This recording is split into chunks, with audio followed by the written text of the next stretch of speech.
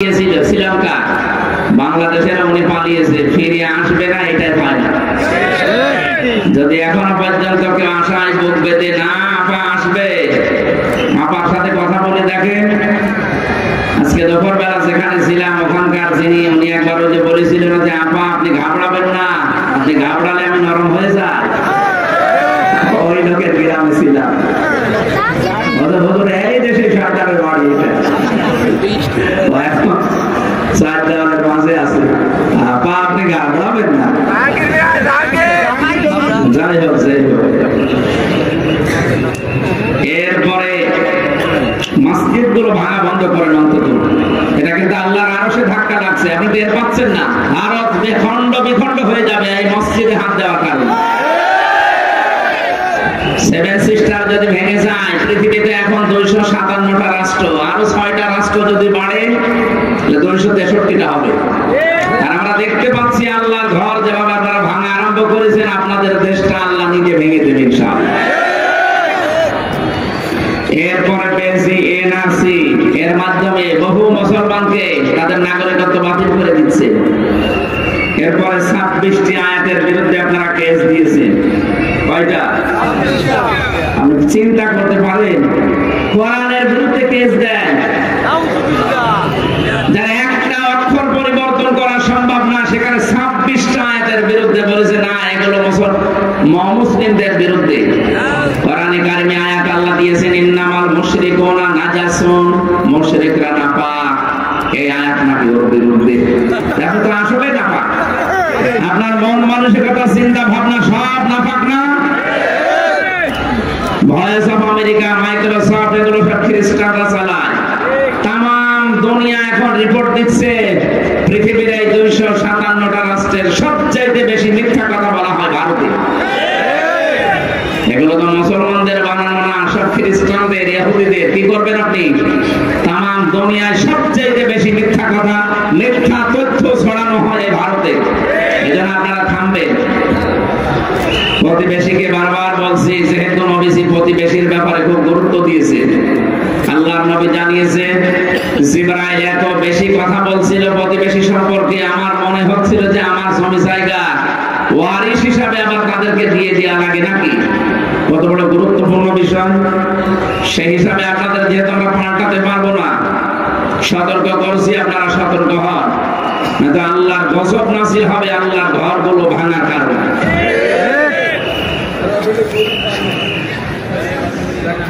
Donald ট্রাম্পের এই শপথের পরে যদি 16 লাখ ভারতীয় সব ফেরত দিয়ে দেয়, আমাদের সাথে তো সব বন্ধ করে দিয়েছেন অলরেডি। এখন আপনার পেঁয়াজ আর আলু পচতেছে বর্ডারে বিভিন্ন জায়গায়।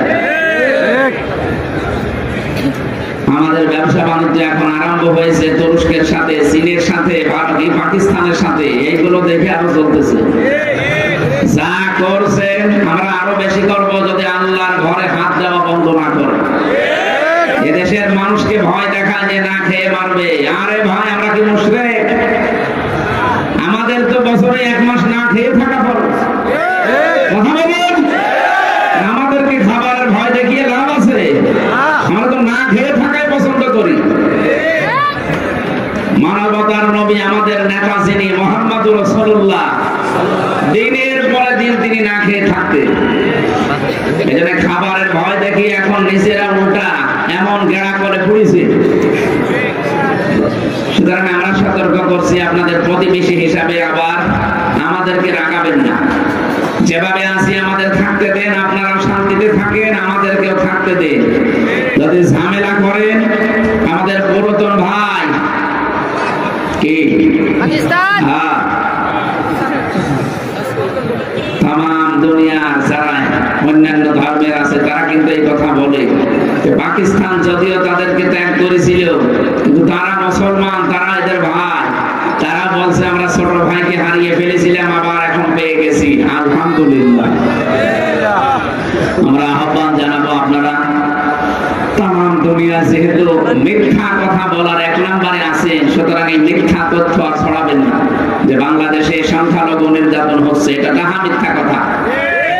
ওরা এতদিন এইটা বুঝি করে চালিয়ে দিত তাম দুনিয়ার মোড়লদের কাছে। এখন মোড়লরা আর খাচ্ছে না, বলছে না পুরাটা মিথ্যা। কয়েকদিন আগে পঞ্চগড় এবং মাগুরা এই দুই জেলা থেকে দুইজন মহিলা গিয়েছিল ভারতে চিকিৎসা নেওয়ার জন্য। সাংবাদিক ভারতীয় যে মলম, এই মলমের ভাইরা ভাই কিছু আছে, তারা এই পাসপোর্ট আগে কেটে নিয়েছে। ডাক দিয়ে বলছে, আপনি বলেন যে বাংলাদেশে আপনার মেয়েকে রেপ করা হয়েছে, আপনাদের পূজা প্রবণে বাধা দেওয়া হচ্ছে, দেশে আর টিকতে পারেননি, এই জন্য আপনারা পালিয়ে চলে এসেছেন। মেয়েটাও পুরো উল্টিয়ে গেছে। কি বলছে? আমরা আগস্টের 5 তারিখের পর থেকে সবচাইতে বেশি নিরাপদের সাথে পূজা পার্বণ করি, কোনো বাধা নেই। সাংবাদিক পুরা খেয়ে গেছে, বললো কি গো, আমি এসেছি আমার মেয়ের হাতে চিকিৎসা করানোর জন্য, আর আপনি আমাকে দিয়ে মিথ্যা কথা বলিয়ে সারা দুনিয়ার মোড়লদের খাওয়াবেন। অত পাগল আমরা আর নেই, আমরা দেশকে ভালোবাসি। জোরে বলেন আলহামদুলিল্লাহ। সুতরাং সবার জন্য আজকের এই অনুষ্ঠান। মানুষ পদবাচ্চে যারা বিবেচিত, বলেন আলহামদুলিল্লাহ। রব্বুল আলামিন বলেন, ওয়ালাকাদ কাররামনা বানি আদম ইলা আখিরি আয়াত। অবশ্যই আমি বনি আদম সন্তানকে সম্মান দিয়েছি। তাম পৃথিবীর যত মানুষ আছে তাদের সম্মান আছে। আল্লাহ কিন্তু শুধু মুসলমানের কথা বলেন নাই। যারা আলেম আছেন, আপনি শব্দটা নিয়ে ভাববেন, আল্লাহ পাক বলেননি কোন মুমিনের, কোন মুসলমানের সম্মান আল্লাহ বাড়িয়েছে না। আল্লাহ বলেন বনি আদমের সম্মান আমি আল্লাহ বাড়িয়ে দিয়েছি। সুতরাং আদম সন্তান যারা আমরা আছি, আপনি ধর্মীয় ভাবে আলাদা ধর্ম মানতেই পারেন, কিন্তু আপনি মানুষ। কথা বলেন না কেন? মানুষ পদবাচ্চে যারা আমরা বিবেচিত, আমরা সবাই আল্লাহর বান্দা। আমাদের নবী মুহাম্মদুর রাসূলুল্লাহ আমাদের শিখিয়েছেন, মসজিদে নববীতে তিনি বসে আছেন, পাশ দিয়ে একটা ইহুদির লাশ যাচ্ছিল, নবীজি দাঁড়িয়ে গেলেন। সাহাবীরা বলে, হুজুর আপনি দাঁড়িয়ে গেলেন, এটা ইহুদির লাশ। বিশ্ব নবী বলে, সাহাবীরা ইহুদি তাতে কি হয়েছে, এটা তো মানুষ। বলেন সুবহানাল্লাহ। এই জন্য আমরা অন্য ধর্মের পরধর্ম সহিষ্ণু জাতি আমরা এই পৃথিবীতে, মুসলিমরা, এটা প্রমাণ অলরেডি হয়ে গেছে। তাম দুনিয়ার 257টা রাষ্ট্রের সবচেয়ে বেশি সাম্প্রদায়িক সম্প্রীতি বসবাস করে বাংলাদেশে। আল্লাহ বলতে পারেন না যে আল্লাহ আমাদেরকে এরকম ধৈর্য সহ্য দিয়েছে। মানুষকে যারা সম্মান দেয় না, এরা আল্লাহ টার্গেট। মানুষের সম্মান নিয়ে কি সিনেমা খেলা হয়েছে এই 15.5 বছরে দেখেননি? সম্মানিত মানুষদের সম্মান নষ্ট করার জন্য জেনার তহমত পর্যন্ত দিয়েছে। শাইখুল হাদিস আল্লামা মামুনুল হক হাফিজাহুল্লাহ, আমি তার সাথে 3টা বছর ছিলাম। তার চরিত্র, তার ইবাদত, তার যে ব্যবহার, আপনি আন্দাজে সংসদে দাঁড়িয়ে বলে দিলেন একটা জেনার তহমত, ব্যভিচারের কথা তার স্ত্রীর নামে লাগিয়ে দিলেন, এটা তার জায়েজ স্ত্রী। আপনারা তো বিয়ে শাদী না করে কাজ চলা, কথা বলেন না কেন? ওনাদের কত জায়গায় পাওয়া যায়, এখন তো আরো সব বের হচ্ছে। আলেমদের নামে কোরআনের পাখি, এই বিভাগের, এই বরিশাল বিভাগের কৃতি সন্তান, সারা পৃথিবীর আলোক বর্তিকা ছড়িয়েছেন তিনি কোরআনের মাধ্যমে। শহীদ আল্লামা দিলওয়ার হোসেন সাইদি রহমতুল্লাহ আলাইহি, তার নামে পর্যন্ত আপনি জেনার মামলা দিয়েছেন। শয়তান পর্যন্ত বিশ্বাস করেন না। বলেন, আলেমদের বিরুদ্ধে এত নিকৃষ্ট কথা আমি দুনিয়ায় কোন জায়গায় শুনিনি, যে এত নিকৃষ্ট কথা একটা আলেমের নামে লাগাতে পারে। আমাদের সাথে রিমান্ডে যা করেছে, শয়তান হাসতে বসে বসে যে করছে কি। এমনি সাধারণ মানুষকে দেখতাম আমার সামনে দিয়ে তুলে নিয়েছে রিমান্ডে, এমনি হাত ধরে নিয়ে চলে যেত। আর আলেমদের নেওয়ার সময় আমার হাতে দিয়েছে হ্যান্ডকাপ, আমার চোখের উপরে দিয়েছে কালো পট্টি, আমার পায়ে ডান্ডা বেড়ি, মাথায় দড়ি, মনে হচ্ছে গরু ছাগলটি নিয়ে যাওয়ার পরে আচরণ যদি ভালো করে তাও তো ভালো লাগে। এমন এমন কথা বলে বলে আপনার স্ত্রী তুলে নিয়ে আনবে।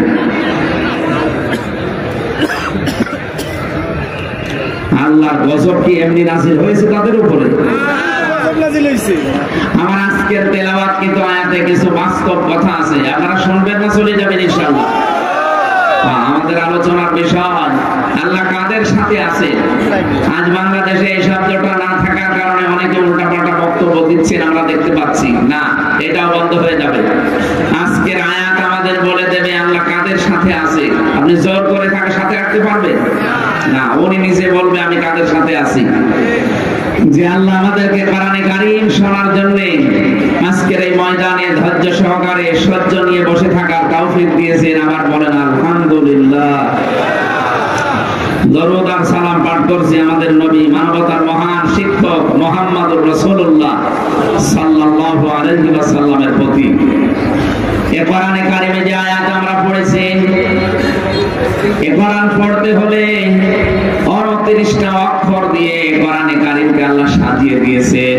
কায়দায় আছে দেখবেন আলিফ বা তা সা আছে না, প্রতিটি অক্ষর দিয়ে আমাদের মহান আল্লাহ আমাদের নবীর প্রশংসা করেছেন। আপনি আলিফ দিয়ে দেখবেন, আলিফ দিয়ে আমার আল্লাহ জানাতে চায় আমার নবী আহমদ প্রশংসিত। বা দিয়ে আল্লাহ জানিয়েছেন আমার নবী বাশীর সুসংবাদদাতা। তা দিয়ে আল্লাহ জানিয়েছেন আমার নবী মুত্তাকি, তিনি পরহেজগার। সা দিয়ে আল্লাহ জানিয়েছেন আমার নবী মুদাসসির, তিনি কম্বলওয়ালা। জিম দিয়ে জানিয়েছেন আমার নবী জামিল, তিনি সুন্দর। হা দিয়ে জানিয়েছেন আমার নবী হামিম, তিনি অন্তরঙ্গ বন্ধু।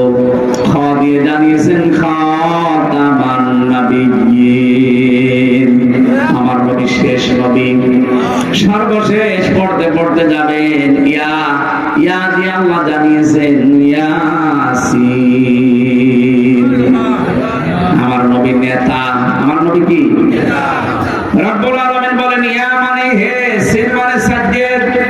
আল্লাহ নিজে ডাক দিয়েছেন হে নেতা। সুতরাং এটা দুনিয়ার বিষয় না। পটুয়াখালীবাসী এইদিকে তাকান, আর উঠাউঠি করেন কারা? 1-1.5 ঘন্টা বসে থাকতে পারেন না, আপনি ভেতরে বসেন কেন? কেউ উঠবেন না ঘন্টা খানেকের ভেতরে। খুব জরুরি যদি হয় তাহলে উঠবেন। বসে পায়খানার বিড়ি খাওয়া ছাড়া কেউ উঠতে পারবে না। ও, এটা তো বরিশাল বিভাগ, সমস্যা। চট্টগ্রামে ঠিক আছে, ইমাম সাহেব বিড়ি খায়।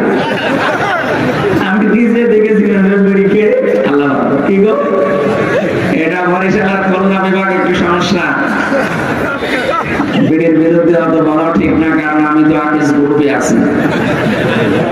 আমার খাবার তারপরে ওনারা ছেড়ে দিয়েছে, খাবার তৈরি করছে এখন আকিস গ্রুপ, বিড়ি বিক্রি করে দিয়েছে অলরেডি। বারবার পেছনে লেগে থাকতে হবে, স্যার এটার জন্য বদনাম হয়ে যায়, এটা ছেড়ে দেবে। ওনারা এখন অন্তত অনেক দূর এগিয়ে গেছে, প্রায় 65টা প্রোডাক্ট তৈরি করছে তারা, খাবার বাবার দিয়ে। অন্তত ওগুলো ছেড়ে মানুষের খাবার দাবার এগুলো তৈরি করলে বরকত আল্লাহ আরো বেশি দেবে। হারামে কোনো বরকত নেই, কথা বলেন না কেন? যারা হারাম ইনকাম করেছিল আপনি তাকান তো তাদের দিকে। সাহেব পাড়া বানিয়েছিল মালয়েশিয়া, ওখানে যে দেখি যে হোটেলে থাকি ওই হোটেলের নিচে 200 চা খাচ্ছে। কি আপনি এখানে? হুজুর আমি আগে পালিয়েছি। তার একটু আঁচ পেয়েছিলাম যে না থাকা যাবে না, এখানে আগের রাতে পানি চলে এসেছি। কেন থাকেন না সাহেব পাড়ায়? না, সব তালা মারা, ওখানে থেকে মার খাবো। এদেশে বহু বাঙালি আছে, যদি জানে যে আমি আছি আমার পিটিয়ে ভক্ত বানিয়ে ফেলবে। কি করলেন হারাম ইনকাম দিয়ে? নিজে এখন ভোগ করতে পারেন না, ভাড়া দেবেন, ভাড়াও দিতে পারেন না, কারণ জানে যে সাহেব পাড়া ভাড়া নিলে আমার যন্ত্রণা হবে। হারাম ইনকাম করে কেউ ভোগ করে যেতে পারে না, আল্লাহ 2টা ক্ষতি করে দেয় তার। 1 নম্বরে হারাম ইনকাম করলে জীবনের আরাম আল্লাহ তুলে নেন। 2 নম্বরে মরণের সময় আপনি বেঈমান হয়ে মরবেন। এদেশে তো নেই, বলেন বলেন। সম্মানিত মা বোন যারা এসেছেন, আপনাদেরকে আমি একটা কথা বলছি। আপনার স্বামী পরকীয়া প্রেম করলে, অন্য মেয়ে লোকের সাথে লাইন করলে আপনি যেভাবে রেগে যান, ও হারাম ইনকাম করলে যদি এরকম রেগে যেতেন। কি একটা মহিলা পারে তার স্বামীকে 2 নম্বরে ইনকাম থেকে বাঁচাতে পারে না? এক মহিলার ঘটনা শুনছিলাম, সে তার জামাইকে ডাক দিয়ে বলেছে তার স্বামীকে যে আপনি এই যে বাঁচা খালি হাতে গেলেন, 1 টাকা পেলেন কোথায়? জামাইটা বলছে আমি জুয়া খেলেছি। জুয়া বলছেন তো, ঘাস খেলা, এই খেলে উপায় করেছি কেজি আজকে 7,000 টাকার বাজার। উনি বলছে না, এইটা রান্না করে আমি আপনাকে দিতে পারবো না। এইটা দেখতে যতই সুন্দর মনে হোক, এই ফলফলাদি, এই মাছ গোশত এগুলো রান্না করে আপনাকে আমি দেব তৃপ্তি সহকারে। আমরা খাবার পরে যদি সন্তান পেটে আসে, ওটা তো জন্মগত ভাবে হারাম করা হবে। বলেন 10টা মাছ আমি পেটে রাখবো একটা হারাম খোর? না, হবে না। আপনি এটা আগে সব গরিব মানুষকে দান করে দিয়ে আসেন, আর কথা দেন জীবনে আপনি হারাম ইনকাম করবেন না, তাহলে আপনার সাথে আমি আছি, নয়তো আপনার সংসার আমি করবো না। আজ মেয়েগুলো যদি এরকম শক্ত হতো, বাংলাদেশের স্বামীরা টাইট হয়ে যেত। এই দরবেশ 36,000 কোটি টাকা মারতে পারতো না। কথা বলে না কেন? এক একজন মানুষ 620টা বাড়ি বানিয়েছে, পৃথিবীর ইতিহাসে পাল্টিয়ে দিয়েছে। 620টা বাড়ি দুনিয়ায় কারো ছিল? অথচ এই 15 বছরে যারা ছিল, এক একজনের এরকম পেয়েছি আমরা। পটুয়াখালীবাসী বিশ্বনবীর এই বিষয়টা যেহেতু শুধু দুনিয়ার সাথে সম্পৃক্ত না, আমরা আলেমরা আছি যারা তাদেরকে বলছি, তাফসিরে তাবারির ভেতরে আছে, তাফসিরে মাজহারির ভেতরে আছে, মুফাসসিরিন ইকরাম দিয়েছেন, সিন দিয়ে আল্লাহ পাক 5টা জিনিস মিন করেছেন।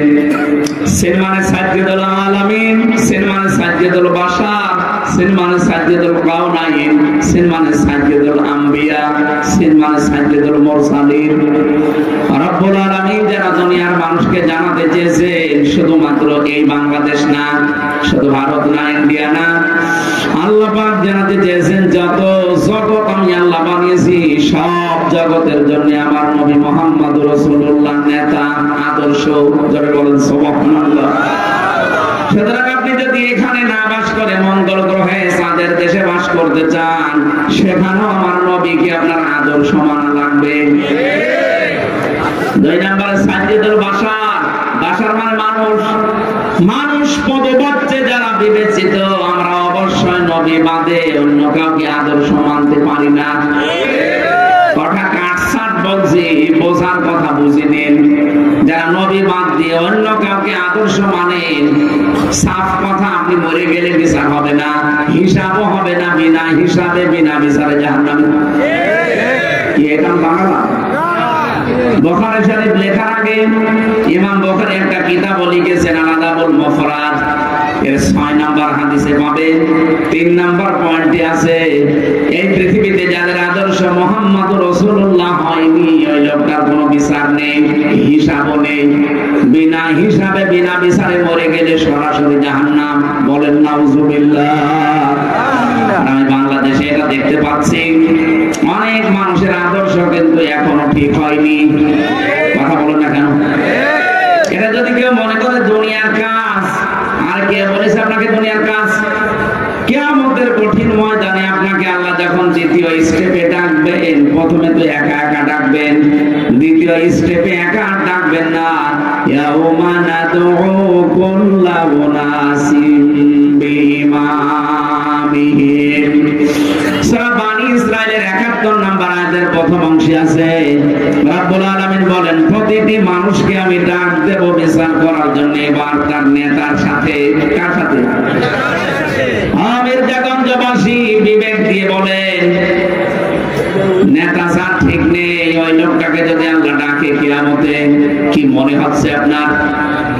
তার চেহারা দেখলে যদি আল্লাহ রাগ হয়ে যায় যে আপনার পর্যন্ত আল্লাহ আসবে না। সূরা হুদ 12 নম্বর পারা 12 নম্বর পৃষ্ঠার প্রথম নম্বর লাইনের 98 নম্বর আয়াতটা সবাই পড়বেন একবার করে। ইয়াকুতুমু কওমাহু ইয়াওমাল কিয়ামাতি ফাওরাদাহুমুন নার ওয়া বিইসাল বিরদুল মাওরুদ। বলেন আল্লাহু আকবার। যতগুলো তাফসীর আমি এদের সাথে মিলিয়েছি, এর সামারাইজ বাংলা অর্থ এইটাই, কিয়ামতের দিন যেই নেতা জাহান্নামে যাবে, ওই নেতার যত কর্মী সব জাহান্নামে যাবে। যদি এটা ফেরাউন সম্পর্কে নাযিল হয়েছে, কিন্তু বাস্তবতা এটা, এই পৃথিবীর ময়দানে যেই নেতা জাহান্নামে যাবে কিয়ামতে, ওর যত অনুসারী ছিল সবাইকে আল্লাহ তার সাথে পাঠাবে জাহান্নামে। এটা দুনিয়ার কথা হয় কি করে বলেন? আখিরাতের সাথে সম্পর্কিত। এই জন্য যাদের নেতা ঠিক নেই, আদর্শ ঠিক নেই, এই মুহূর্তে আপনি ঠিক করবেন নাকি দুনিয়ার কথা মনে করে চলে যাবেন? না, আপনার কপালে আগুন লাগবে। এখানে একজন বসে থাকেন, আমি একজনকে বোঝাবো। সত্যি যদি আপনি কোরআনের কথা ভালো লাগছে না, এত কেমন কেমন লাগে মনে করে যদি চলে যান, বিশ্বাস করবেন আপনার ভেতরে মুনাফিকি আছে। ওয়াইযা কিলা লাহুম তাআলাউ ইলা মা আনজালাল্লাহু ওয়া ইলার রাসূলি রাআইতাল মুনাফিকিনা ইয়াসুদ্দুনা আনকা সুদুদা। রব্বুল আলামিন বলেন সূরা নিসার 61 নাম্বার আয়াতে আছে, নবী আপনি যখন বলবেন যে আসো আল্লাহর বিধানের দিকে আসো, রাসূলের তরিকার দিকে আসো, আপনি দেখবেন ইয়াসুদ্দুনা আনকা সুদুদা, কিছু মানুষ আস্তে করে পেছন ফিরে আপনার কাছ থেকে কেটে পড়বে। আপনি বিশ্বাস করবেন এই মানুষগুলো নির্ভেজাল মুনাফিক। কি আপনি কি মুনাফিক নাকি? বলুন বলুন। মুনাফিক যদি না হয়ে থাকেন অন্তত আমার 1 ঘন্টা সময় দেবেন এই আয়াতটা বোঝানোর। দেবেন তো ইনশাআল্লাহ? আমরা জবান খুলে কোরআনের সোনালী আয়াত পড়ে তাফসিরে যাচ্ছি। আউযু বিল্লাহি মিনাশ শাইতানির রাজিম। বিসমিল্লাহির রহমানির রহিম। ওয়ালাকাদ আখাযাল্লাহু মিসাকা বানি ইসরাঈল। সূরা মাইদা কোন সূরা?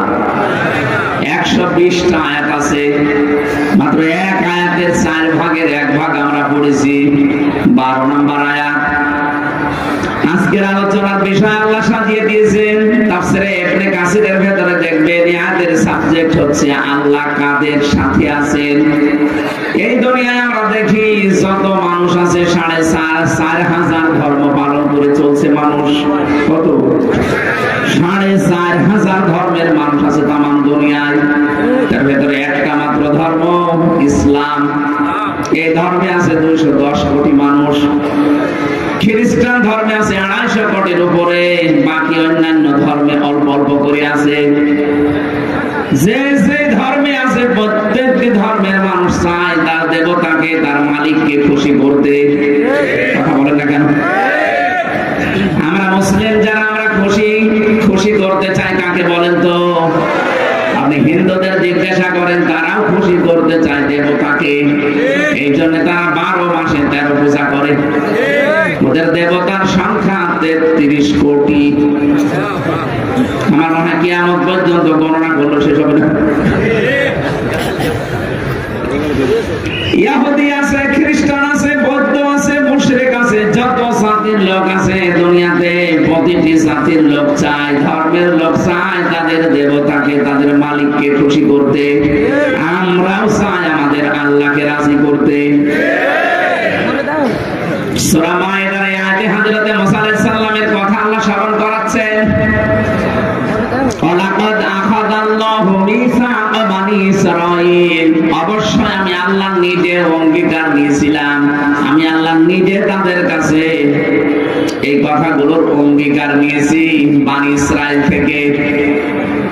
মুসা নবী আলাইহিস সালাম যখন আল্লাহর সাথে কথা বলতে যেতেন তুর পাহাড়ে, তার এলাকার নকিব যারা, দায়িত্বশীল যারা, গোত্রপতি যারা, এদের 12টা গোত্র ছিল। 12টা গোত্রের 12 জনকে নিয়ে গেলেন, লিডার বলা হয় তাদের, নাকিব মনে করেন এখন মন্ত্রী। 12 জন মন্ত্রীকে নিয়ে তিনি গেলেন, ডাক দিয়ে বললেন, মাবুদ এরা এসেছে তোমার সাথে দেখা করার জন্য। রব্বুল আলামিন বলেন, না, আমার সাথে দেখা করা সম্ভব না, কারণ দুনিয়াতে যে চোখ বানিয়ে আমি পাঠিয়েছি এই চোখ দিয়ে আমি আল্লাহর দর্শন হবে না। হ্যাঁ, দর্শন হতে পারে মরণের পরে, এই চোখ দিয়ে দর্শন করা সম্ভব না। লান তারানি, আমার সাথে কখনো তোমাদের দেখা হবে না। হযরতে মুসা নাছর বান্দা, যাদের নিয়ে গেছে তারাও তো নাছর বলে না আমরা দেখবো, আমরা না দেখে ফেরত যাব না। আল্লাহ তাআলা বলেন না, তোমাদের সাথে আমি থাকবো। وقال الله إني معكم, অবশ্যই আমি আল্লাহ তোমাদের সাথে আছি। এদিকে তাকান, আমি আল্লাহ তোমাদের সাথে আছি। নিজ নিজ এলাকায় ফিরে যাও। নিজ নিজ গোত্রের কাছে যাবার পরে 12টা নকিরকে আল্লাহ বললেন 5টা কাজ যদি এলাকায় করতে পারো, আমি আল্লাহ তোমাদেরকে ঘোষণা দিলাম যে আমি তোমাদের সাথে আছি। এলাকায় গিয়ে বলবা যে আল্লাহকে দেখতে পারি নাই, কিন্তু তিনি আমাদের সঙ্গে আছেন, তার রহমত আমাদের সাথে থাকবে যদি আমরা 5টা কাজ করতে পারি। বাংলার মানুষেরা, এখন যদি আমরা এই দেশের 350 জন এমপি আছে, এর ভেতরে 51-52 জন মন্ত্রী ছিলেন, এই 52 জন মন্ত্রী নিয়ে যদি দেশের যিনি দায়িত্বে ছিলেন উনি যদি সে বলতেন আল্লাহ আমরা দেখতে চাই আপনাকে, রব্বুল আলামিন যদি বলে না দেখা হবে না, তবে একটা কাজ এলাকায় গিয়ে যদি এই 5টি কাজের আনসার দিতে পারো, তাদেরকে শোনাতে পারো যে আমি আল্লাহর রহমত তাদের সাথে আছে। এখন মনে করেন যে 12টা নকিব এলাকায় এসে তারা প্রথম কাজ আরম্ভ করেছিল। রব্বুল আলামিন বলেন নিজ নিজ এলাকায় যে প্রথমে তাদেরকে বলবা লাইনা আকামতুমুস সালাহ, 1 নম্বরে আমি আল্লাহ তাদের সাথে আছি যারা নামাজ কায়েম করবে। পটুয়াখালীবাসী ভালো করে বুঝে বলবেন আল্লাহ কি বলেছিলেন, যারা নামাজ পড়বে। বলেন বলেন, লাইন আকামতুমুস সালাহ, যারা নামাজকে দাঁড় করাবে। এই দায়িত্ব কোন ব্যক্তি, কোন পরিবার, কোন সমাজের না। নামাজ কায়েম করতে হলে রাষ্ট্রীয় শক্তি লাগে। সূরা হজের ভেতরে আল্লাহ 41 নম্বর আয়াতই নাযিল করেছেন এই কারণে, আল্লাযীনা ইম্মাক্কান্নাহুম ফিল আরদি আকামুস সালাহ। আমি যদি জমিনে মুমিন বান্দাদেরকে ক্ষমতা দান করি, তারা প্রথম কাজই করবে নামাজের বিল আনবে। খালি নামাজের বিল আনার দায়িত্ব রাষ্ট্রের। কার? আরো জোরে বলেন। আমরা যেটা করি তাবলীগ জামাতের মাধ্যমে, তাবলীগের মাধ্যমে মানুষকে দ্বীনের কথা বলার দ্বারা যে চলো ভাই সলিমদ্দি নামাজ পড়তে যায়, এটা আমার ব্যক্তিগত কাজ না। যদি আপনি ভালো কাজের আদেশ দিতে পারেন, সে মানলে মানবে, না মানলে না মানবে। কিন্তু হ্যাঁ, ভালো কাজের আদেশ দেওয়া, অন্যায় কাজে বাধা দেওয়া, এটা তো নামাজের ক্ষেত্রে না। কারণ নামাজ কিন্তু আল্লাহর একেবারে সরাসরি হুকুম। কোন মানুষ যদি নামাজ সত্যি না পড়ে, তার শোনা মতো বলা না, তার শাস্তির বিধান আছে। আমাদের ইমাম আবু হানিফাও জানিয়েছে তাকে জেলখানায় বন্দী করে রাখা লাগবে। অন্যান্য ইমামদের মত আরো কড়া, শুধু জেলখানায় রাখলেই হবে না, তাকে পিটাতে হবে যতক্ষণ সে নামাজ না পড়ে। এত কঠিন বিধান এই পৃথিবীতে নামাজ। যদিও আমি মুসলমানদের কাছে বেশি নামাজের কথা বলি না, কারণ একজন মুসলিম আর মুসলমানের পার্থক্য হলো নামাজ। আপনি যদি নামাজই না পড়েন, আপনি কিসের মুসলমান? কোন মানুষ যদি সত্যি ফরজ নামাজ ছেড়ে দেয়, আল্লাহ বলেন আমি ওর দায়িত্ব ছেড়ে দেই। বলেন নাউজুবিল্লাহ। কত বড় কথা দেখেছেন, আল্লাহ আপনার দায়িত্ব ছেড়ে দেবে। আপনি যে চলাফেরা করেন, মনে করছেন আমার মন মতো চলি না, আপনার ফেরেশতা আপনাকে পাহারা দিচ্ছে। একটা পা ফেলতে হলে কমপক্ষে একজন ফেরেশতার সাহায্য লাগে। ইন কুল্লু নাফসিন লাম্মা আলাইহা হাফিজ। আয়াতের তাফসীরে পড়েছি প্রতিটি মানুষের পেছনে একজন হেফাজতকারী আছে। আপনি কি করে পা ফেলবেন, ওই পা ফেলার পেছনে ফেরেশতা দায়িত্ব পালন করছে। এই জন্য মরণের আগে ফেরেশতারা এসে যারা রিজকের দায়িত্বে আছে, তারা বলে আল্লাহর বান্দা, তাম দুনিয়া খোঁজ করে দেখলাম তোমার জন্য এক ফোঁটা রিজিকের ব্যবস্থা নেই, সুতরাং আমি বিদায় নিলাম, তুমি থেকো। পানির যিনি দায়িত্বে আছে, পানির ফেরেশতা সেই কথা বলে। বাতাসের অক্সিজেনের দায়িত্বে আছে, ও এসে এই কথাই বলে যে তাম দুনিয়া থেকে এক ফোঁটা অক্সিজেন তোমার জন্য পেলাম না।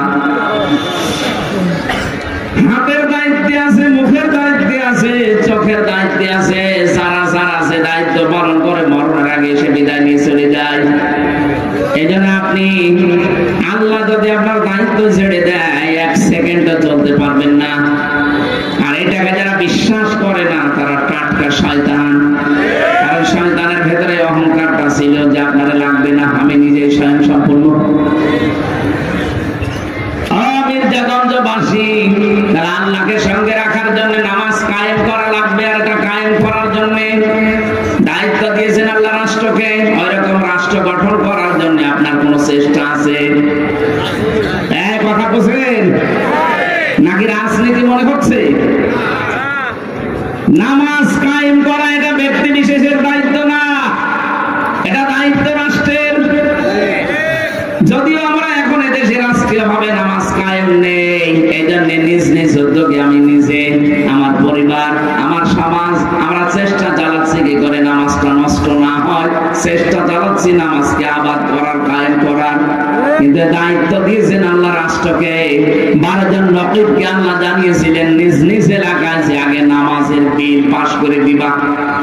বাংলাদেশে 300 জন এমপি 151 জন যদি কোরআনে কারিমকে বুকে নিয়ে সংসদে যেতে পারে, প্রথম দিন যদি নামাজের বিল আনে, সংসদের স্পিকার যদি বলে আপনারা কি চান, 151 জন যদি হাত তুলে ফেলে যে আমরা নামাজ কায়েম করতে চাই বাংলাদেশে কালকেই, উনি যদি বলে হাত তোলেন যারা যারা রাজি আছে, 300 জনের ভেতরে 151 জন হাত তুললে ওটা পাস হয়ে যাবে। কথা বলেন না কেন? এখন এরকম একজন এমপি আপনার এলাকায় যদি দাঁড়ায়, যে লোকটা কোরআন বুকে নিয়ে সংসদে যাবে, এই মানুষটাকে যদি আপনি একটাও ভোট দেন, আপনি হয়তো ভোট দিয়েছিলেন একটা, কিন্তু আপনার একটা ভোট নিয়ে পাস করার পরে যদি সংসদে নামাজের এই বিলটা আনতে পারে, আল্লাহর কসম 18 কোটি মানুষ নামাজ পড়লে যে সওয়াব হয় ওই সওয়াব আপনিও পাবেন। প্রশ্ন আসতে পারে আমি তো একটা ভোট দিয়েছিলাম, একই হ্যাঁ, আপনার একটা ভোটের কারণে সে আজ এমপি। কত মানুষ কিয়ামতে ওঠার পরে দেখবে তার আমলনামায় জিনার গুনাহ লেখা, আশ্চর্য হয়ে বলবে রব্বুল আলামিন ফেরেশতারা মনে হয় এটা বানিয়ে লিখেছে, আমি কোনোদিন তো জিনা করিনি। আল্লাহ বলেন আমিও জানি জিনা করনি। এমন মানুষকে তুমি রায় দিয়েছিলে, ভোট দিয়েছিলে, পেছনে ছিলে, সমর্থন জানিয়েছিলে, যেই লোকটা এই দুনিয়াতে ক্ষমতা পাওয়ার পরে জিনার কাজ সহজ করে দিয়েছিল। মাঝে মাঝে মেলা বসাতো, শিশু মেলার নামে শিশু নেই, শুধু শিশুর খালারা আর মামারা। কথা বলে না কেন? এই সমস্ত জায়গায় অ্যাক্সিডেন্ট হতো, অ্যাক্সিডেন্ট হয় না? এই অ্যাক্সিডেন্ট গুলো তো জেনা, কেউ হাতে কেউ মুখে, আর বাকিটা বললাম না। এই জেনা গুলো যারা করেছে, ওই জেনার গণা তোমার ওই একটা ভোটের কারণে, রায় দেওয়ার কারণে, সমর্থন দেওয়ার কারণে তোমার আমলনামায় গেছে। আমার তো এই হাদিস পড়ার পরে মনে হয় বাংলাদেশে বহু মানুষের আমলনামায় জেনার গণা দেখা যাবে। এই জন্য আমরা সাবধান, একজন হোক, আমি একাই ভালো থাকবো।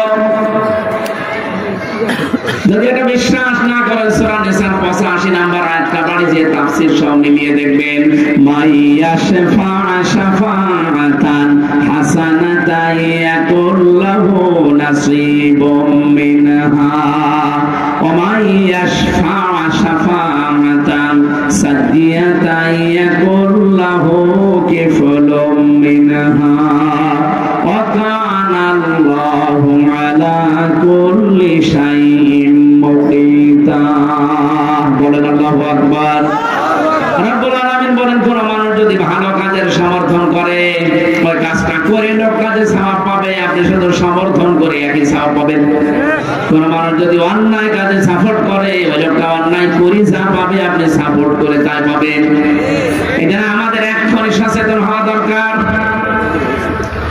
এক্ষুনি আমাদের সচেতন হওয়া দরকার।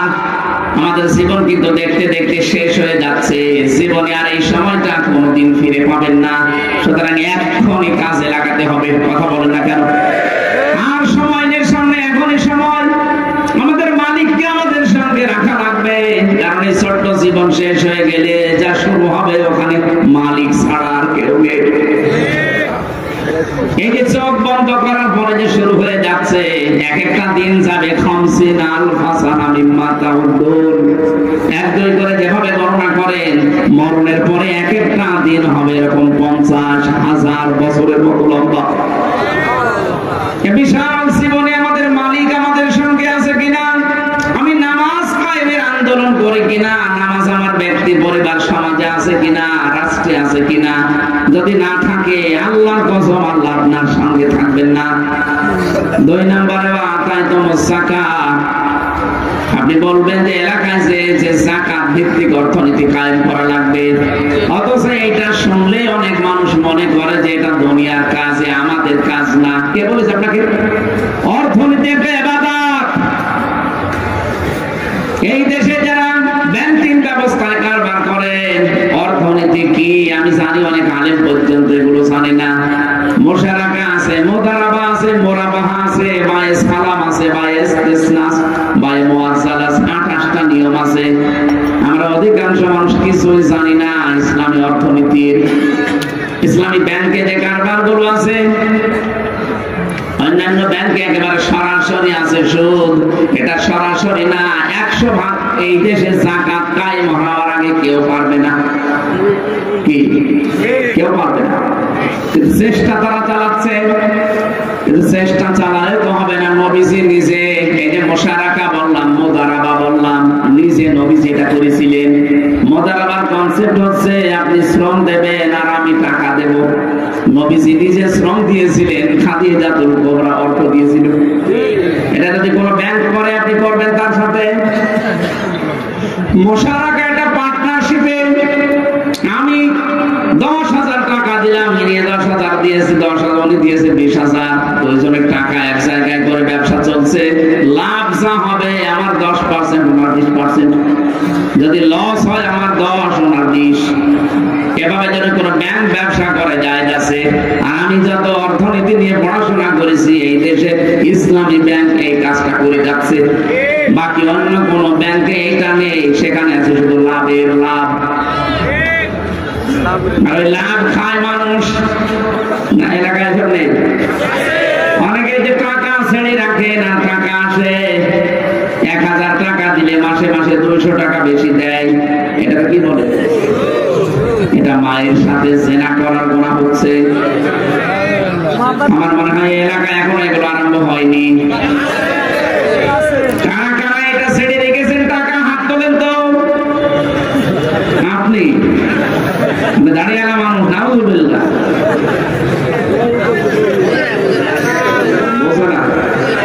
না না বুঝে আপনি 2 হাত করছেন কেন? 1 হাত করতে পারবেন।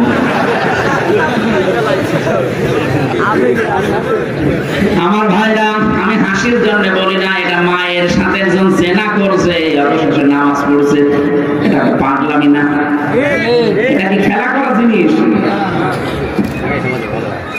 কোরআনে কারীম জানিয়েছে ইয়ামহাকুল্লাহুর রিবা ওয়া ইউরবিস সাদাকাত। আল্লাহ পাক এই পৃথিবীতে সুদকে ধ্বংস করেন আর সাদকাকে, যাকাতকে তিনি বৃদ্ধি করেন। সুতরাং যাকাত ভিত্তিক অর্থনীতি দেশে কায়েম করা দরকার আছে না নেই? যতদিন যাকাত কায়েম না হবে, আল্লাহর কসম করে বলছি, এই দেশে ফেরেশতা বাস করলেও সে সুদ খাওয়া লাগবে। এই যে টুপিটা দেখতে সুন্দর মনে হচ্ছে না, এই টুপির ভেতরে সুদ আছে। প্রশ্ন আসতে পারে, আপনি হুজুর মানুষ, এই টুপি এত সুন্দর, আপনি সুদের টুপি? মানে হ্যাঁ, এর ভেতরে আছে। কারণ এই টুপি যে ফ্যাক্টরিতে বানিয়েছে, ওই ফ্যাক্টরির মালিক লোন নিয়েছে। আমি ভালো হলে হবে কি, আমার এটা গায়ে দেখতে সুন্দর মনে হচ্ছে, এর ভেতরে সুদ আছে। এজন্য এই দেশে যতদিন যাকাত ভিত্তিক অর্থনীতি কায়েম না হবে, আল্লাহর কসম এই দেশে ফেরেশতা জিবরাইল যদি বাস করে, তারেও ডাইরেক্ট ইনডাইরেক্ট সুদ খাওয়া লাগবে। এইটা কি ফেরেশতা এসে বন্ধ করবে? আমাদের করা লাগবে না। আর এটা ওয়াজ করে হবে, রাষ্ট্রীয় ক্ষমতা লাগবে। আর এই কথা বলতে গেলে কিছু মানুষ দেখে আমাদেরকে বলে, আপনি ধর্ম ব্যবসায়ী। আরে শয়তান! নবীজি যদি এখন যাকাত ভিত্তিক অর্থনীতির কথা বলতো, শয়তান মনে হয় নবীকেও ধর্ম ব্যবসায়ী বলতো। আমি ধর্ম ব্যবসা করবো কোন কারণে? আপনি তো ধর্ম ব্যবসা আপনারা করেন। বলে ধর্ম ভীরু ছাড়া তারাই ধার্মিক। যারা ধর্মের কথাগুলো বলে মানুষকে উত্তেজনা দেয় তারা ধর্ম ব্যবসায়। আমি উত্তেজনা দেই?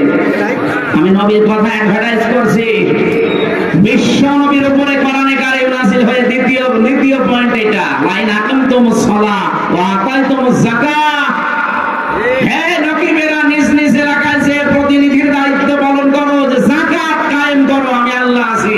যাকাত নেই, সুদের সাথে আমি আল্লাহ নেই।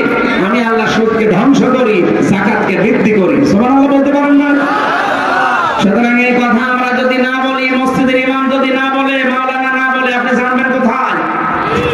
আর এই কথাগুলো বলতে গেলে আমাদের নামের উপরে এরকম কলঙ্ক দিয়ে দিন যারা ধর্ম ব্যবসায়ী। জানা শোনার পরে যদি কেউ বুঝে শুনে কথা বলে থাকেন, আপনার ঈমান নষ্ট হয়ে গেছে, আপনি বেঈমান। এরকম বেঈমান মারা গেলে তো জানাজা পড়া জায়েজ নেই। মাওলানা মামুনুল হক জেলখানায় 3টা বছর বারবার, আমি যেহেতু পাশাপাশি ছিলাম, সকালে আর দুপুরের খাবার আমরা এক জায়গায় খেতাম। আমার হাত ধরে ধরে প্রতিদিন অন্তত 3 বছরের ভেতরে প্রায় দিন আমার বলতো, হামজা বাইরে যদি যেতে পারি কোন কাফেরের জানাজা পড়া। আপনি এত কথা বারবার বলেন আমারে, জানাজা পড়বেন না কাফেরের। কাফের পেলেন কোথায়? কোরআনের বিরুদ্ধে যারা কথা বলে তারাই তো কাফের। এইবার বুঝলাম যে বাংলাদেশে কাফের আছে না নেই। আপনি আলেমকে ছোট করতে গিয়ে কোরআনের বিরুদ্ধে যে কথা বললেন, আপনার কি ঈমান আর আছে? আপনি তো কাফের হয়ে গেছেন। 3য় নম্বর শব্দটা দেখেছেন, ওয়া মানতুম বিরুসুলি। হে নবী মুসা 12 জন নবীকে বলেন তারা যেন রাসূলদের উপরে ঈমান আনে। তাদের উপরে আমরা প্রশ্ন আসতে পারে, সেখানে রাসূল ছিলেন কয়জন? একজন। এদিকে তাকান, একজন মানুষ রাসূল ছিল সঙ্গে, হযরত মুসা। অথচ আল্লাহর রাসূল বহু বচন দিলেন, ওয়া মানতুম বিরুসুলি, তারা যেন আমার রাসূলদের উপরে ঈমান আনে। তার মানে আল্লাহর উদ্দেশ্য এখানে শুধু মুসা নবী না, কিয়ামত পর্যন্ত আল্লাহ পাক এই পৃথিবীতে যত নবী আর রাসূল মুসা নবীর পরে পাঠিয়েছিলেন, এর আগেও যাদেরকে পাঠিয়েছিলেন, সবার উপরে ঈমান আনা লাগবে। এখন প্রশ্ন আসতে পারে, এখনকার রাসূল নাই না আছে? এখন নাইবে রাসূল আছে? এদিকে তাকান, এখন রাসূল নেই, নাইবে রাসূল আছে। এই পৃথিবীতে যারা এখন আলেম, সত্যিকারের আলেম যারা, তারা কিন্তু নাইবে রাসূল। বাইতুল মুকাররমের সাবেক খতিব যেটা, ওটা নাইবে রাসূল না। একবার বলছেন না, কত বাতিলের 5টা গোলাম ছিল, এই কারণে নৌকা মার্কা নিয়ে দাঁড়িয়েছিল। যে লোকটা নৌকা মার্কা নিয়ে দাঁড়াতে পারে তার ঈমান আছে আপনার মনে হয়। কারণ ঈমান আনার প্রথম কাজ কি? এদিকে তাকান ভালো করে, আমি সচরাচর কথা বলি না, এদিকে তাকান। ঈমান আনতে হলে প্রথম কাজ করা লাগবে, তাগুত ছেড়ে দিতে হবে। কোন মানুষ যদি তাগুত ছেড়ে দেয়, এরপরে ঈমানের দাবি করে, ফাকাদ ইসতামসাকা বিল উরওয়াতিল ওয়াসকা লা ইনফিসামা লাহা, তাহলে তার সেই ঈমান ছেড়ে যাবে না, কখনো ছেড়বে না তার ঈমান। আর ঈমান যদি আনেন তাগুতের সাথে মিল করে, ঈমান আপনি রাখতে পারবেন না। এই বাংলাদেশে যারা ঈমান এনেছে তাগুতের সাথে সম্পর্ক রেখে, আগস্টের 5 তারিখের পরে তাদের অনেকের ঈমান চলে গেছে। 301 সাথে জাতীয় মসজিদের যে ইমামও পালিয়ে গেছে, ইমামই পালিয়ে যায়, ঈমান থাকলে পালাবে? কথা বলে না কেন? এদেশে যারা তাগুত ছেড়ে দিয়ে ঈমান এনেছিল, আপনি তাদের দিকে তাকান। এটা আজকের প্রধান অতিথি ডক্টর শফিকুল ইসলাম মাসউদ 57 দিন রিমান্ডে ছিল। এই হাঁটু হাত মাসব গুঁড়ো করে ফেলেছে, আমি তো নিজের সাক্ষী। ওনার সাথে আরেকজন ছিল দেলাওয়ার হোসেন, শিবিরের সাবেক সভাপতি। যে শয়তান আমার রিমান্ডে ছিল, উনিও ওনার দায়িত্বে ছিল। আমার এসে বলতো, দেলাওয়ারকে আজকে একেবারে পিটিয়েছি, লাথি দিয়েছি ফুটবলের মতো। তার গরম করতো আগুন দিয়ে, লাল টকটক হয়ে যেত, ওইটা লজ্জাস্থানের ভেতরে ঢুকিয়ে দিত। আমার সামনে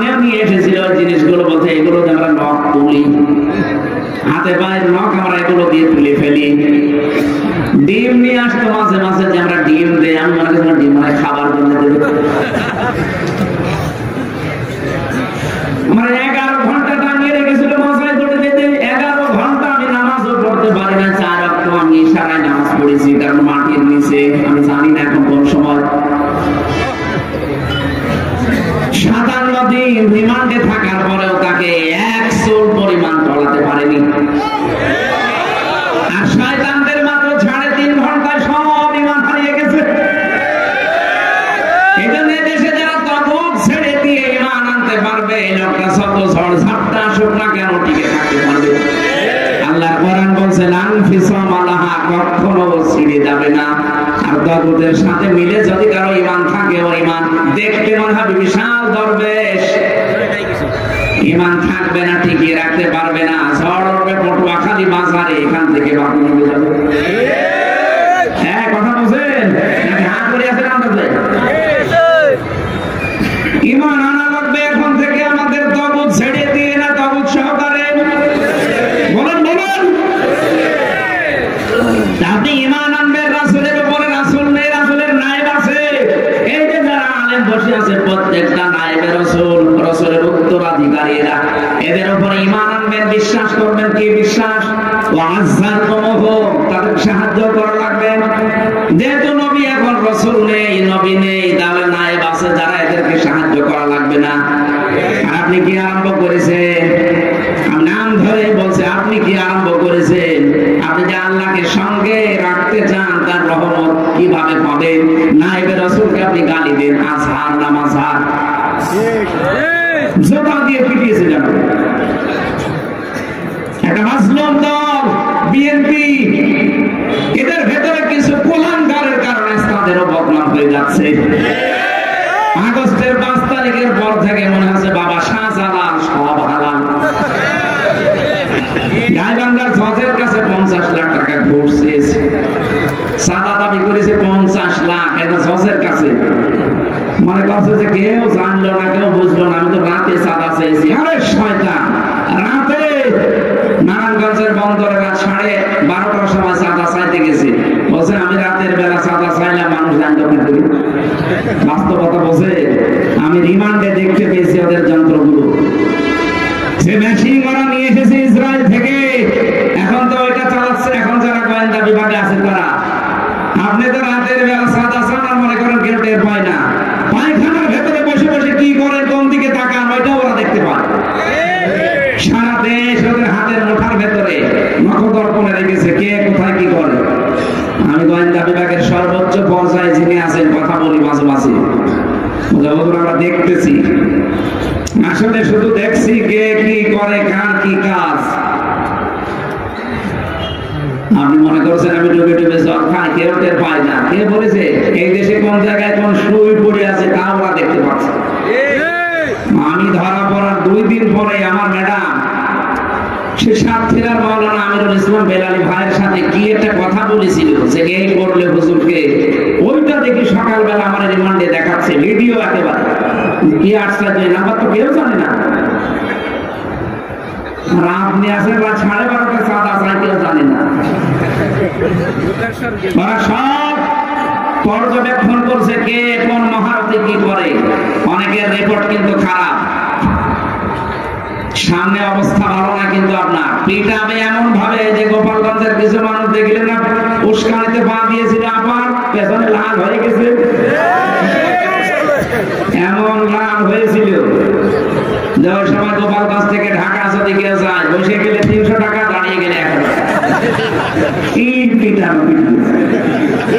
আজকে আমরা সাথে দেখলাম আর্মি, এরপরে যারা প্রশাসনের আছে ওরা আসছিল, ওই মানুষগুলো যে চেহারা আর যে শক্তি ওদের গা, আপনি মনে করছেন আমি সাদা চাই, কেউ জানে না, কেউ টের পায় না। কেউ টের পায় না মানে সব ওরা জানে।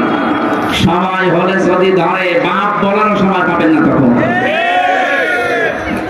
এই জন্য অপকর্মগুলো বন্ধ করেন। আপনার কারণে মাসলুম মানুষদের উপরে একটা বদনাম হয়ে যাচ্ছে।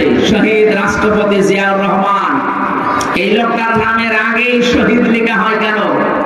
বঙ্গবন্ধুকেও তো মানুষ মেরে ফেলেছে, তাকেও মেরে ফেলেছে, কিন্তু বঙ্গবন্ধুর নাম আজ পর্যন্ত কেউ বঙ্গবন্ধু শহীদ এ কথা বলে আমি পাইনি। শহীদ জিয়ার নাম শুনলে মানুষ বলে শহীদ জিয়া। আমি নিজে দেখেছি তার নামে মক্কায়, মদিনায়, মসজিদে নববী, নামিমা, নামিরা এখানে খুতবা দিচ্ছে তার নামে। যখন নিম গাছ লাগিয়ে দিয়েছিল সাজারাত জিয়া বলা হয়, জিয়া ট্রি, জিয়া গাছ বলে, নিম গাছ না। ওখানে আমরাও তো ছিলাম, লক্ষ লক্ষ মানুষেরা ওখানে ছায়ায় আশ্রয় পায়। এত গরম দেশ, সেখানে একটু আশ্রয় পেলে এমনি দোয়া মুখ দিয়ে বের হয়ে যায়। আমি খুতবা শুনছিলাম, হঠাৎ দেখি এই নামটা খুতবার ভেতরে ভেসে আসছে। 16 সালে শহীদ জিয়াউর রহমানের নাম নিয়ে খুতবা দেওয়া হচ্ছে, লক্ষ লক্ষ হাজিরা বলছে আমিন। এমনি আরাফাতের ময়দানের দোয়া আল্লাহ ফেরত দেয় না, কথা বুঝতেছেন? সেই দলের বদনাম করবেন আপনি, একটা মুসলিম দলের, তারা আমার সাথে জেলে ছিল। আমি দেখেছি বহু মানুষ, 313টা মামলা মাথার উপরে, 556টা মামলা। আর আপনি এখন নিজের স্বার্থ ব্যবহার করে এই দলের বদনাম করবেন, মানে কখনো এটা হতে দেওয়া হবে না। 14 দল বাদ দিয়ে যা আছি আমরা সবাই মাজলুম, এক কথা বলে না কেন? সবাই মাজলুম না? এ দেশটা এখন গড়ার সময়। আমরা সাদাবাজি না করে যদি এই দেশে টিকে থাকতে পারি, বেঁচে থাকতে পারি, আপনি পারবেন না কেন? আপনি করতে চাইলে এই কাজ আমরা সামনে করতে দেব না। আমিরে জামাত ডাক্তার শফিকুর রহমান হাফিজাহুল্লাহ ডাইরেক্ট ঘোষণা দিয়ে দিয়েছে, এই দেশে সাদাবাজি আমরা করি না, কাউকে করতে দেব না। এটা যদি আমার জীবন দেওয়া লাগে, দরকার হয় জীবন দেব, সাদাবাজি এ দেশে আর হতে দেওয়া হবে না।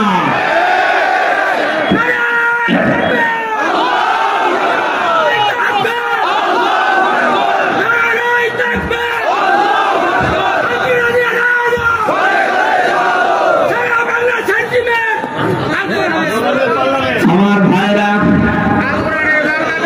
আমরা আল্লাহকে সঙ্গে রাখতে চাই। আল্লাহর নবীর ওয়ারিস এখন যারা আছে, আপনি দল মত দেখবেন না, দেখবেন এটা নবীর ওয়ারিস। সারা পৃথিবীতে যে 10 জন মানুষ ইসলাম প্রচারের নাম পাওয়া যাবে, তার ভেতরে ডক্টর মিজানুর রহমান আজহারের নাম আমি দেখেছি।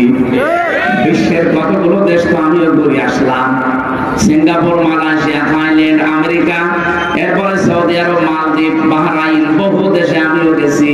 যেখানে যাই ধর্ম প্রচারে দায়ী আল্লাহ 10 জনের নামের ভেতরে একজনের নাম আমি পেয়েছি, বাংলাদেশ সন্তান মিজানুর রহমান আজহারি। আগামী 25 তারিখে আপনাদের এই জেলায় মনে হয় আসবে। এক একজন 8-10 জন 20 জন করে সাথে নিয়ে যাবে। একটা মার্সিত ভাষায় কথা বলে। সেদিন যশোরের আকিজ গ্রুপে মাহফিলে 1.5 ঘন্টা কথা বলেছে, মাত্র একটা কথা একটু বলেছে। একদল আগে খেয়েছে, সামনে আরেকদল খাওয়ার জন্য রেডি হয়ে আছে। অনেকেই নিচের দিকে টেনে নিয়ে ওনার গাড়ি দিচ্ছে। আর ভাই আপনাকে বলেছে, আপনি আপনার নাম বলেছে, ঠাকুর ঘরে কে রে? আপনার চরিত্র যদি ওইরকম না হবে, আপনি নিজের দিকে টেনে নেবেন কোন কারণে?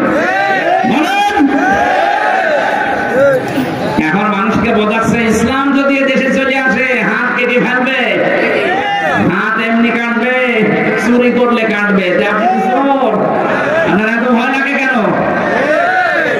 চোর যারা ছিল তারা তো পালিয়েছে, আপনিও কি তাদের সঙ্গে সাথে? আজকের পেপার দেখেন, ওবায়দুল কাদের এই কাওয়া কাকু এই শয়তানকে পালাতে সাহায্য করেছে যারা, তাদের নাম এখন আমার দেশ পত্রিকায় আসতেছে, সব ফাঁস করে দিচ্ছে। কত মানুষকে সরাসরি গুলি করার অর্ডার দিয়েছে খাওয়া। এই 3.5 মাস 4 মাস লুকিয়ে থাকলো কি করে? আমরা চাই এই 14 দলের যারা জালেমকে সহযোগিতা করেছে, তাদের দেশের ছিল একটাকে যেন ছাড় দেওয়া না হয়। আগামীতে আবার যারা আসবে তারা কিন্তু ভয়ঙ্কর জালেম হয়ে উঠবে। আমরা এখন থেকে গোড়া কেটে দিতে চাই। কোন জালেমের জায়গা এই দেশে হবে না ইনশাআল্লাহ। 1628টা চেয়ার ছিল এই দেশে, কত? 1628টা চেয়ারে যারা ছিল সবগুলো জালেম। জালেম না জালেমের দোষর। সংস্কার যখন আরম্ভ হয়েছে, আমরা চাই এই 1628টা চেয়ার যেন সব পরিষ্কার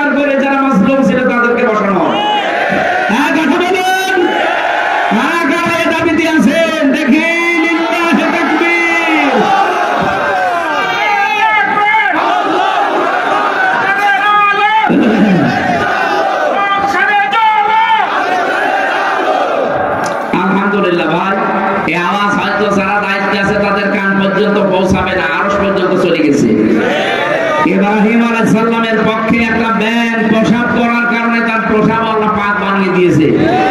আর কাংলা শুধু ফু দিয়েছিল, ওরে মেরে ফেললে 10টা নেকির ঘোষণা আছে। সুতরাং আমরা হয়তো সে আদেশ দিলাম সংস্কার চাই, জালেমকে আমরা দেখতে চাই না। জালেমদের প্রতি আল্লাহ নিজে নারাজ।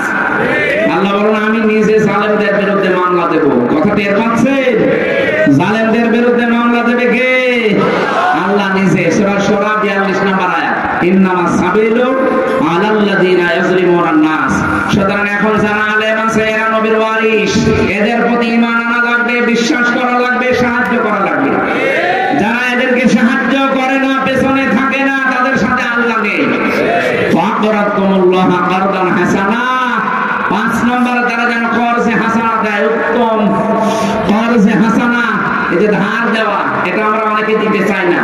একটা মানুষকে দান করলে আপনি যদি একটা সওয়াব পান, যদি কর্জে হাসানা দেন, ঋণ দেন, তাহলে আপনি ডবল সওয়াব পাবেন। একদিকে তাকে ধার দেওয়ার সওয়াব, 2 নম্বরে তার উপকার করার সওয়াব। সুবহানাল্লাহ বলতে পারেন না? না, অনেকের স্বভাব আবার খারাপ আছে, ধার নিলে ওই রাস্তা দিয়ে আসে না। ঋণের টাকা পরিশোধ না করে যদি আপনি মারা যান ভাই, আপনি শহীদ হলেও আপনার কোনো মাফ হবে না। এজন্য যাদের বাকি আছে, ঋণ আছে, এটা পরিশোধ করে নেবেন। অনেকে মনে করে আমার ছেলে সব দিয়ে দেবে। কিসের ছেলে? আপনি কি ছেলে রেখে গেছেন? তো জানোয়ার। ও মরে গেলে সব ওর নিজের কাছে লাগাবে, আপনার জন্য দোয়া করতেও ভুলে যাবে। এজন্য এমন সন্তানকে রেখে যাবেন যে সন্তান অন্তত আপনার জন্য প্রতিদিন একবার করে কথা বলতে পারে আল্লাহকে, রব্বির হামহুমা কামা রব্বায়ানি সাগীরা।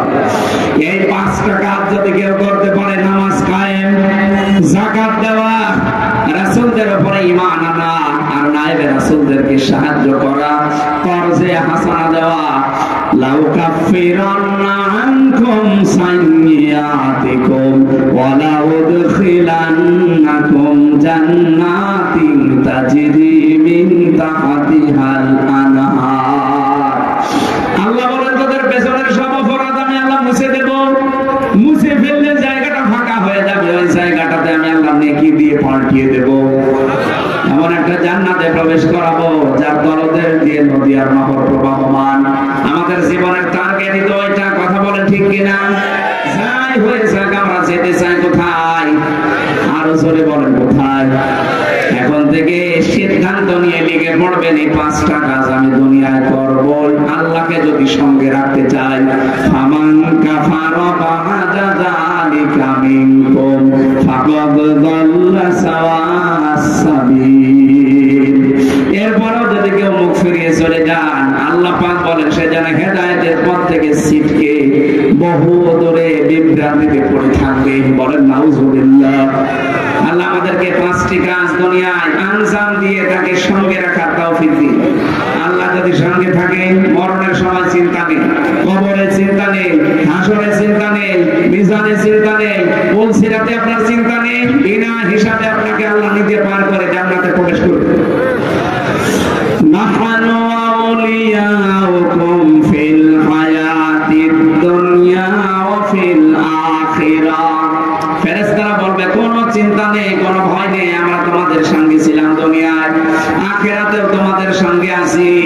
ওয়ালাকুম ফিহা মা তাশতাহি আনফুসুকুম ওয়ালাকুম ফিহা মা তাদউন নুজুলাম মিন গফুরির রহিম। এমন জান্নাতে তোমাদেরকে আমরা প্রবেশ করাবো যে জান্নাতে যাওয়ার আগে জিনিস পাওয়া যায়। এটা দয়াময় রহমানের পক্ষ থেকে একটা বিশাল মেহমানদারি। এটা আমাদের জীবনে প্রত্যেকের অপেক্ষা করছে। আমি সহ আজকের আজটা প্রত্যেকে যেন প্র্যাকটিক্যাল লাইফে মিলাতে পারি। আল্লাহ পাক যে জান্নাতের ঘোষণা দিয়েছেন ওই জায়গায় যেন পৌঁছাতে পারি। বলেন আমিন। আমার জেলখানায় লিখিত যে বইগুলো আছে, গাড়ি থেকে যাওয়ার সময় আপনারা নিয়েছেন। আমিন, আল্লাহুম্মা আমিন। রব্বানা যালামনা আনফুসানা ওয়া ইল্লাম তাগফির লানা ওয়া তারহামনা লানাকুনান্না মিনাল খাসিরিন। রব্বুল আলামিন, এই মোনাজাতটা বসে করেন, বসে মোনাজাতটা বসে করে যান ভাই। আমরা মুসাফির মানুষ, বিশ্বাস করি আল্লাহর দরবারে আমাদের দোয়া কবুল হবেই হবে ইনশাআল্লাহ। বসে মোনাজাতটা বসে করেন। এই বিশাল আয়োজনে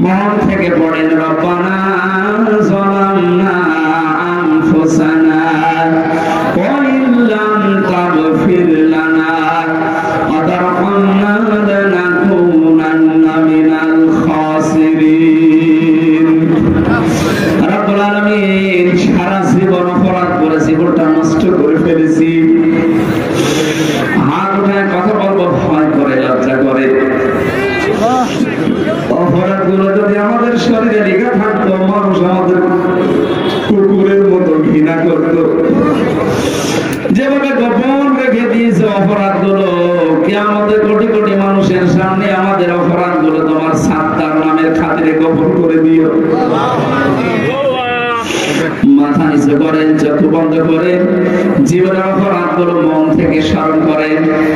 যে কয়টা অপরাধ স্মরণ হবে আমি বিশ্বাস করি আল্লাহ এই মুহূর্তে ওই কয়টা মাফ করে দেবে।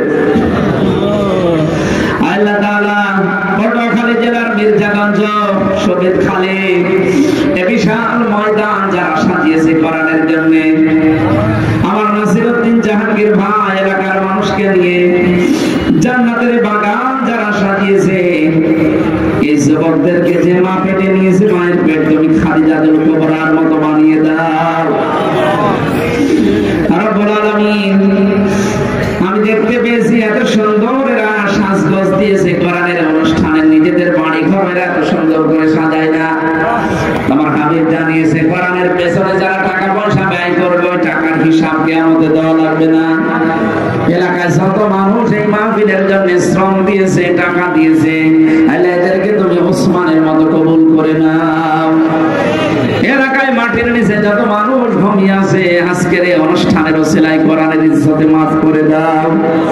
মাহফিলের প্রধান অতিথি মাসলুম জননেতা ডক্টর শফিকুল ইসলাম মাসউদ, আল্লাহ তাআলা নবীর সাহাবীর সাথে তুমি তাকে কবুল করে নাও। এই মাহফিলে অনেক মানুষ দোয়া চেয়েছে,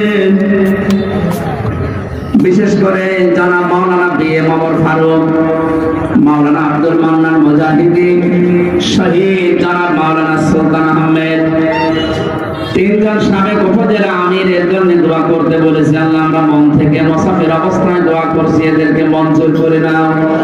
মরহুম আবুল হাশেম বিধান, মরহুম আব্দুল লতিফ মাস্টার, রাজ্জাক ভাইয়ের মা, লন্ডন প্রবাসী আওয়াল ভাই তার মা বাবার জন্য দোয়া চেয়েছেন। জাহাঙ্গীর ভাই সহ জনাব শাহাবুদ্দিন নান্নু উপজেলা বিএনপির সম্মানিত সভাপতি, ইয়ার ভাইস মার্শাল চৌধুরী আলতাফ হোসেন চৌধুরী সাবেক মন্ত্রী, এই বিদ্যালয়ের যত শিক্ষক শিক্ষিকা আছে, ছাত্র ছাত্রী আছে, আল্লাহ মুসাফির অবস্থায় দোয়া কবুল হয় আমি বিশ্বাস করে তুমি ফেরত দেবে না। যত মানুষের নাম নিয়েছি আল্লাহ এদেরকে তোমার দরবারে মঞ্জুর করে নাও। আমরা যারা এখানে হাত তুলে বসে আছি দেখো মাথা নিচু করে অনেকে গোনার কথা স্মরণ করছে। রব্বুল আলামিন যত মানুষ এখানে আমরা হাত তুলে বসে আছি, আমাদের মনের ভেতরে যার যে কামনা বাসনা আছে চাই আশাগুলো পূরণ করে দাও। সাবেক বাংলার প্রধানমন্ত্রী আল্লাহ তাআলা শহীদ প্রেসিডেন্ট জিয়াউর রহমানের সম্মানিত স্ত্রী বেগম খালেদা জিয়া অসুস্থ হয়ে লন্ডনে আছেন, শেফায়ে কামিলা আজিলা দান করো। আল্লাহ তাআলা সুস্থ করে আবার বাংলার জমিনে তুমি তাকে ফেরত দাও। তার সন্তান যারা তারেক জিয়া অনেক দিন প্রবাসী আছে, জালেমদের জুলুমের শিকার, সে একজন মাসলুম মানুষ, তাকেও তুমি দেশের সন্তান দেশে ফিরিয়ে দাও। তার ছোট ভাইটা আরাফাত ভাই কবরে আছে, আল্লাহ তার কবরটাকে জান্নাতুল ফেরদাউস বানিয়ে দাও।